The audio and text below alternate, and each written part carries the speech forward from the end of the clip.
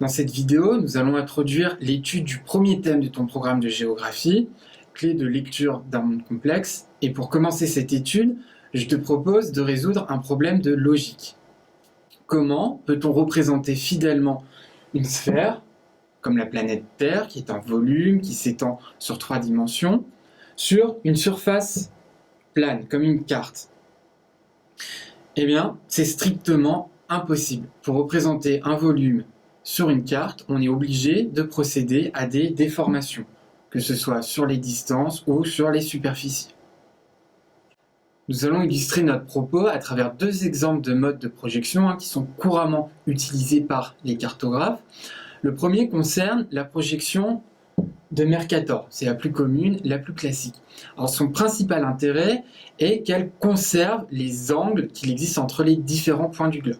C'est-à-dire que entre 3 points choisis de façon aléatoire sur la carte, l'angle que l'on constate,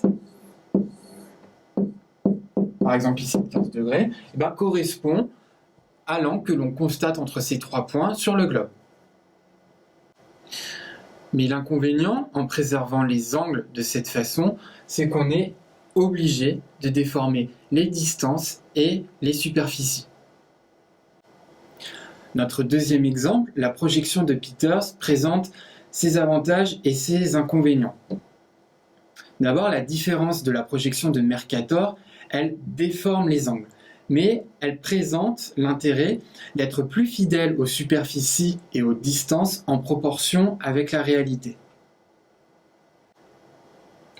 Donc, par exemple, sur la projection de Peters, le Groenland, ici, apparaît 15 fois plus petit en superficie que l'Afrique. Et dans la réalité, l'Afrique est bien 15 fois plus grande que le Groenland, alors que sur la projection de Mercator, le Groenland et l'Afrique ont quasiment la même superficie. Mais ce qu'il faut surtout retenir de ces histoires de déformation, c'est que les cartes du monde ne représentent pas la réalité du monde. Ce ne sont que des points de vue, et des points de vue arbitraires. Et c'est ce point de vue, notamment celui qui construit les cartes, le cartographe, qu'il faudra repérer et critiquer dans, par exemple, les études de documents qui te seront demandées au cours de l'étude de ce thème. Cet arbitraire des cartes, on peut également le repérer à travers d'autres éléments comme le centrage. Ici, nous avons une carte qui est européocentrée, c'est-à-dire que l'Europe est située au centre, et donc on peut dire que cette carte représente le point de vue de l'Europe sur le monde. Avec cette carte, nous avons une toute autre vision du monde qui nous est présentée, puisque cette carte est centrée notamment sur la Chine. Elle est sino-centrée. Donc on repère mieux l'espace qui est important et qui est voisin de la Chine. On note également au passage que, contrairement à la carte précédente, l'océan Pacifique retrouve toute sa dimension. Maintenant que tu sais que toutes les cartes sont arbitraires et qu'il faut toujours repérer et critiquer le point de vue de celui qui l'a construit, tu peux mettre en application ce principe dans les études de documents qui te seront demandées au cours de ce thème. Alors pour lire une carte, il faut toujours faire attention à 6 éléments. Le premier, c'est la source, autrement dit l'institution qui a produit la carte. Ensuite, l'échelle, qui nous indique en gros l'espace qui est représenté sur la carte. Ici, nous avons une carte à l'échelle mondiale. Ensuite, les données qui nous donnent également le thème de la carte. Ici, nous avons une carte qui représente le PIB par habitant en 2015. On peut ensuite s'intéresser au seuillage. Ici, on voit que les pays sont regroupés en fonction du niveau du PIB par habitant.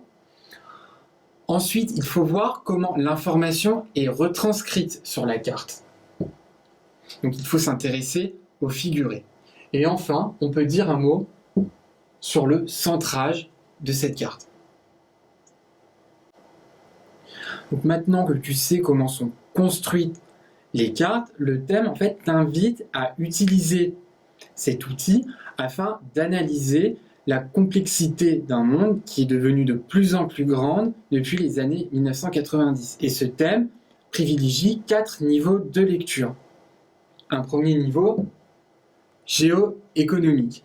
Tu vas rencontrer au cours de ce thème un certain nombre de cartes qui vont te présenter une économie mondiale de plus en plus complexe, de plus en plus multipolaire. Il sera fait mention par exemple de l'émergence de nouveaux pays comme les BRICS par exemple.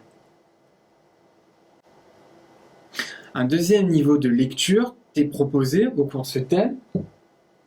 C'est un niveau de lecture géopolitique, puisque tu trouveras un certain nombre de cartes qui te décriront l'état des relations internationales, des relations entre les pays, qui se sont complexifiées, notamment depuis la fin de la guerre froide, et aussi avec l'émergence de nouveaux conflits, de nouvelles zones de conflit.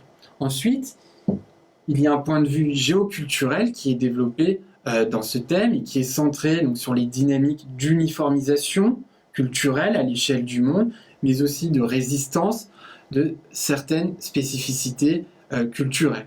Et enfin, il y a un dernier niveau de lecture qui t'est proposé, qui est géo-environnemental. Un certain nombre de cartes te présenteront, analyseront les menaces qui pèsent sur l'environnement mondial.